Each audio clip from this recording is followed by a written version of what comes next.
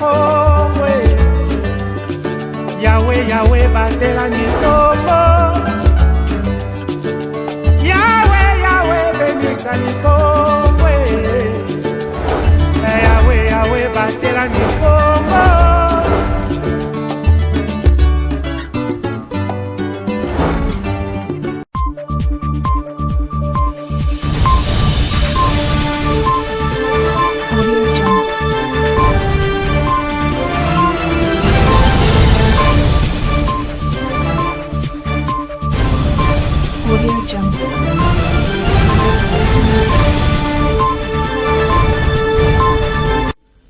C'est un réel plaisir pour nous de vous informer au quotidien. Mesdames, Messieurs, bienvenue dans ce journal. Débutons cette actualité avec la santé à cause du traitement subi à l'hôpital général de référence d'Mvouzi ex-Bobila. Quelques accouchés sont sceptiques face à la gratuité de la maternité. Elles passent la nuit à la Belle Étoile, mais aussi on les demande les frais de pansement pour celles qui ont accouché par césarienne. Contacté, le médecin directeur s'est abstenu de tout commentaire. Les détails dans ces reportages. Nous avons 10 prestations qui sont prises en charge au Congo central dans tous les territoires. Nous payons les hôpitaux pour 4 consultations prénatales. Parmi les 4 consultations, il faut un examen d'échographie. Nous payons les hôpitaux pour tous les accouchements. Si la femme accouche normalement, nous payons. Si la femme accouche par césarienne, nous payons. Nous payons l'hospitalisation. Si une femme qui est enceinte, depuis qu'elle a sa grossesse, jusqu'à ce qu'elle va accoucher, quand elle tombe malade, elle va à l'hôpital, nous payons. Donc pour les médicaments, pour les laboratoires et pour la consultation, donc voir le médecin, voir l'infirmier.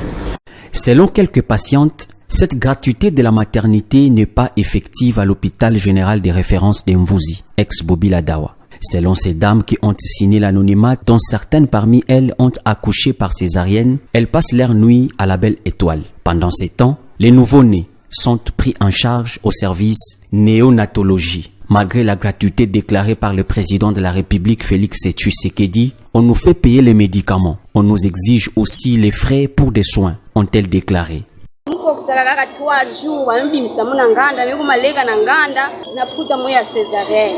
J'ai accouché par césarienne. 3 jours après l'intervention chirurgicale, ils m'ont fait sortir dehors. On nous demande 146 000 francs congolais, les frais de soins et de médicaments y compris. Où est cette gratuité de la maternité dont on fait allusion? Face à ces accusations, il est de bonne loi d'approcher les responsables de cette formation hospitalière pour avoir leur version des faits. Contacté, le médecin directeur de l'hôpital général de référence d'Mvouzi s'est abstenu de tout commentaire sous prétexte qu'il n'a pas reçu au préalable l'ordre de son hiérarchie. L'humanitaire, on en parle également dans ce journal. L'orphelinat 5 étoiles à Boko 1 dans le territoire de Sekebanza a été honoré le jeudi 26 septembre par la visite de la DG du magazine d'information Actu Plus Mag, Marie-France Ebengo. Cette dernière a choisi ces coins de la province pour fêter son anniversaire avec des orphelins, nous fait savoir Rivantiala. Pour le 1 an de plus dans sa vie, la journaliste de formation Marie-France Ebengo a fait fort. Cette dernière a opté pour un geste de cœur. Accompagnée d'une imposante délégation, la directrice générale et éditrice du magazine d'information Actu Plus Mag s'est rendue à Boko 1 dans le territoire de Sekebanza, à un quart d'heure de la ville portuaire de Matadi, précisément à l'orphelinat 5 étoiles pour célébrer son jour de naissance avec les orphelins sur place, ainsi que le responsable du site au service des enfants.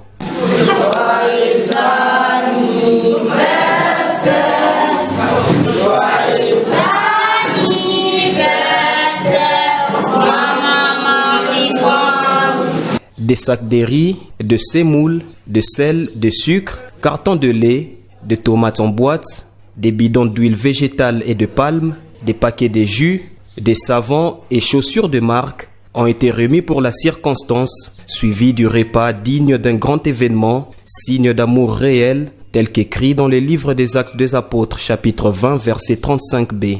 Il y a plus d'amour à donner qu'à recevoir. Un geste loué par les bénéficiaires au point de ne pas manquer l'occasion de le faire savoir en s'exprimant. Nous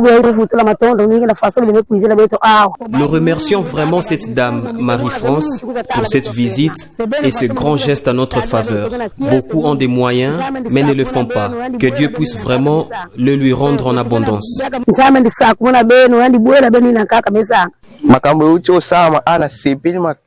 Nous sommes très heureux du geste posé par Madame Marie-France. C'est une première et on espère que ce n'est pas la dernière.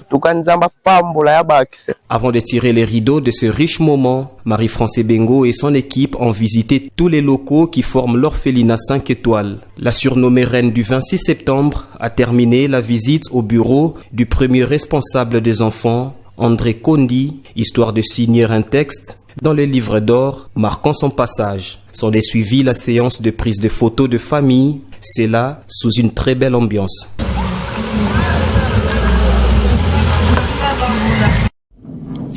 Autre actualité au niveau national, la première ministre Judith Suminwa Tuluka a procédé le jeudi 26 septembre dernier à la cérémonie du lancement de l'annuaire alphabétique et numérique des cadres et agents des services publics de l'État de la ville-province de Kinshasa. Sur 450 270 agents déclarés, seuls 113 557 sont validés. Plus de détails dans ces propos du vice-premier ministre de la fonction publique, Jean-Pierre Liao.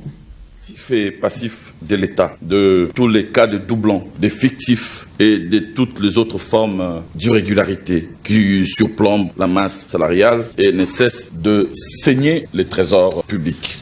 La maîtrise des effectifs, disons-nous, permettra donc une maîtrise de l'enveloppe de rémunération dont les proportions actuelles sont inquiétantes et sujettes à divers débats, notamment avec le FMI et la Banque mondiale.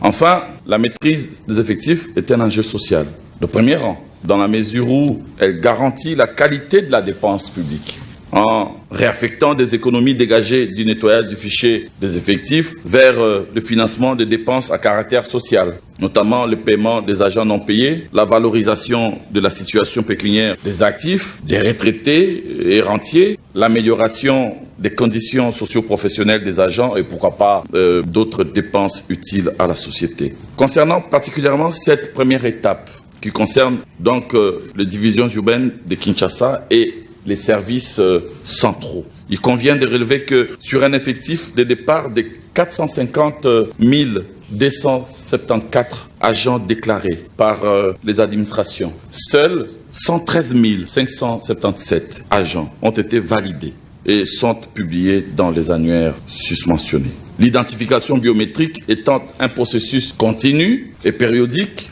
il va sans dire que tout cas d'omission ou d'erreur éventuelle pourra être régularisé lors des prochaines parutions. Après traitement des recours et certification des informations y afférentes, la carrière administrative étant évolutive, il sera procédé à une actualisation des annuaires au plus tard le 31 décembre de chaque année, afin de prendre en compte de faits nouveaux survenus dans le parcours de l'agent considéré tout au long de l'année antérieure. Concernant les agents des services déconcentrés en province et dans les entités territoriales décentralisées, les processus de validation des données avec les responsables des services concernés, après identification biométrique en cours de finalisation, la publication de leurs annuaires se fera progressivement et sera finalisée d'ici juin 2025. Et tournons de page pour parler de la défense nationale dans ce journal. Le pays est attaqué par des mouvements rebelles et le gouvernement congolais veut ajouter de l'effectif dans l'armée. C'est dans ce sens que le porte-parole des FARDC a éclairé l'opinion publique sur la campagne de recrutement lancée il y a peu. Suivez. Les lois qui régissent les forces armées prévoient qu'il y ait recrutement chaque année. Et si on ne le fait pas, tous les ans, c'est parce qu'il y a des contraintes, surtout des contraintes budgétaires et des contraintes liées à d'autres paramètres. C'est depuis des années qu'on ne recrute plus au Congo et qu'on ne forme pas selon les standards voulus. Et aussi, des unités des FARDC sont engagées, du moins pour la totalité, le gros de ces unités. Et ces unités sont engagées aux opérations depuis plus de 10 ans sans relève. Ce qui a fait qu'il y a un degré d'attrition très élevé, c'est-à-dire qu'il y a eu beaucoup de morts, il y a eu des blessés, il y a eu des invalides, il y a eu des malades, et il y a aussi des gens qui ont dépassé l'âge de combattre. Nous avons des menaces partout. Nous sommes en guerre. Il y a l'agression au Nord Kivu, il y a les ADF, toujours au Nord Kivu dans les territoires des Beni et des Lubero. Il y a la menace des groupes armés en Ituri. Les Ouélés, c'est la même chose. Ici à Kinshasa et dans les grands Bandundu, le Kwango, le Kwilu et le Congo central, il y a les phénomènes Mubondo. Si vous allez à l'équateur, et puis dans le bas Ouélé et le haut Ouélé, il y a les phénomènes Mbororo. Il y a des menaces qui sont partout, même à l'équateur, vers le nord et sud Bangui. Il y a l'afflux des rebelles qui viennent de la Centrafrique. Donc des menaces sont partout et il faut obligatoirement recruter pour créer de nouvelles unités, recruter pour renforcer les unités qui existent. Ici à Kinshasa par exemple, il faut aller au camp Kokolo et c'est la même chose dans toutes les provinces. Nous avons besoin des jeunes de valeur, de qualité, des jeunes patriotes convaincus qui doivent venir dans l'armée pour défendre l'intégrité territoriale et les frontières de notre pays, pour protéger nos populations et leurs biens.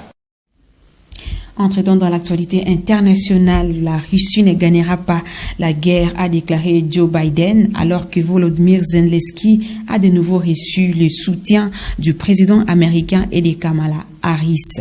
C'est vendredi, le président ukrainien rencontre Donald Trump. France 24 nous en dit plus. Soyons clairs, la Russie ne gagnera pas la guerre. Sous-entendu, ce sera l'Ukraine. Et justement, pour l'emporter, Volodymyr Zelensky présente à son homologue américain son fameux plan de la victoire, visant à mettre fin à l'invasion russe. Nous nous préparons à discuter des détails pour renforcer le plan, coordonner nos positions, nos points de vue et nos approches. Nos équipes travailleront ensemble pour assurer la mise en œuvre de nos futures étapes. Nous devons dès maintenant renforcer la position de l'Ukraine sur le champ de bataille et c'est pourquoi je suis fier d'annoncer aujourd'hui un nouveau programme d'aide à la sécurité d'un montant de 2,4 milliards de dollars. En tout, c'est une nouvelle aide militaire de 7 milliards 900 millions de dollars que le président américain a promis à Volodymyr Zelensky. Notamment une nouvelle batterie de missiles américains Patriot, des drones ou encore des missiles de longue portée. Mais toujours pas de feu vert américain, tant espéré par Kiev pour tirer en profondeur sur le territoire russe avec du matériel américain. C'est d'ailleurs la ligne rouge pour Vladimir Poutine qui a menacé une nouvelle fois mercredi d'utiliser l'arme nucléaire, le cas échéant. Nous envisagerons cette possibilité si nous recevons des informations fiables sur le lancement massif de moyens d'attaque aérospatiaux et leur franchissement de la frontière de notre État. Plus tard ce jeudi, c'est avec Kamala Harris que le président ukrainien s'est entretenu. Mon soutien au peuple ukrainien est inébranlable. Il y a des gens dans mon pays qui voudraient forcer l'Ukraine à abandonner de larges portions de son territoire souverain. Une allusion à peine voilée à son rival Donald Trump. Une allusion aux allures d'avertissement, car ce vendredi, Volodymyr Zelensky va rencontrer le candidat républicain. Lui, qui ne cesse de promettre qu'il peut régler la guerre en 24 heures. Mesdames, Messieurs, par ici, nous clôturons cette grande édition de l'information. Merci de ne pas zapper. Au revoir et bonne suite des programmes.